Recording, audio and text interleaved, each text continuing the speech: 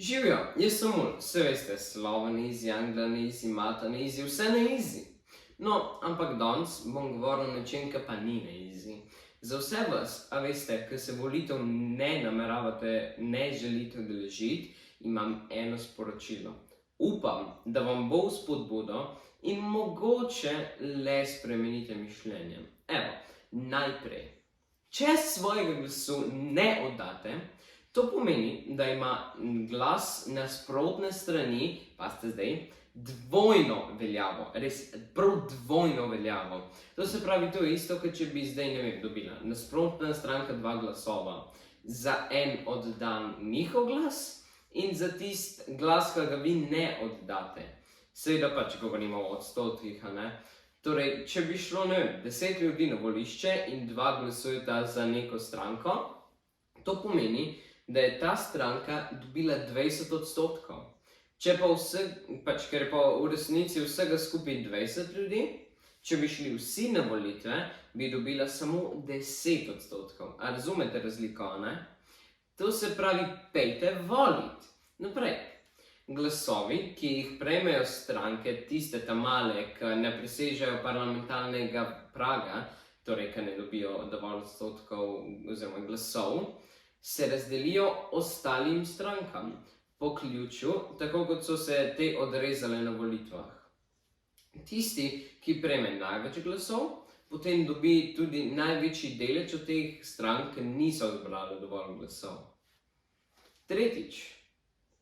Ženske ste, gospe, dame, mame, sestre, tete, učiteljice, prijateljice, sicer govorim za Jugoslavijo, v kateri jaz nisem živel, ampak je tja takrat sodila Slovenija, pridobile volilno pravico 11. avgusta leta 1945, 3 leta kasneje, kot je bila uzakonjena splošna volilna pravica.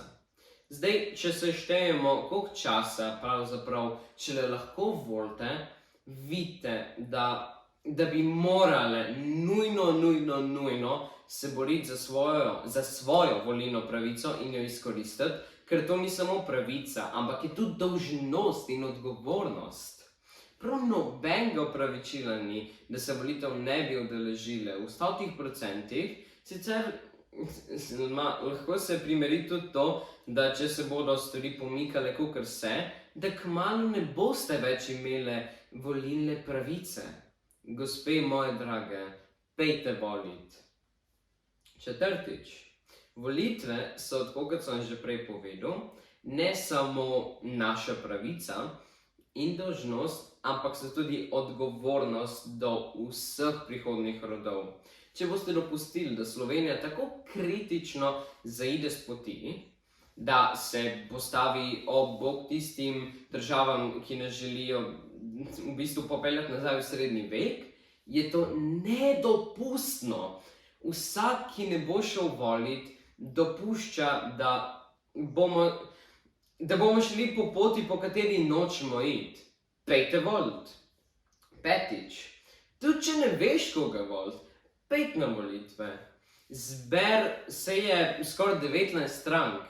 Izberi, preberi programe, poglej, katere ljudje so v teh strankah. Zberaj. Tudi na avtobus greš in čeprav te ne pripelje čisto do tiste hiše, kamor greš, moraš pač iti par korakov še pešen, da prideš do svoje hiše, ne? Volitve so isto. Izberi tisto stranko, ki se najbolj približa tistemu, kar bi ti rad oziroma rada.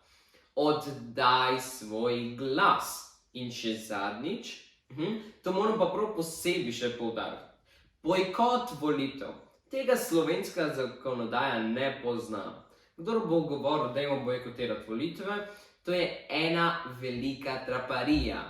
Tudi če prideta samo 2 volilca na volitve, so volitve uradno veljavne. To se pravi, bojkota ni. Pejte volit. Da pa bi kdo pomislil na to, recimo, da tudi če prideta samo 2 volivca, da je to moralno, etično sporno, to pa nikar ne računate, to je utopija. Skratka, upam, da sem zdajle koga prepričal, da morate iti volit. Zaradi vas samih, še bolj kot to zaradi nas. Veste, nam zapuščate ta svet in od vas, ki boste šli volit, je odvisno, v kakšnem stanju bo ta svet, ki ga bomo mi prevzeli. Pa upam, oziroma si skoraj že upam trditi zdajle pravzaprav, da ga bomo boljše vodili kot vi. Pejte volit. Dokažite, da ste nam lahko vseeno v vzgled.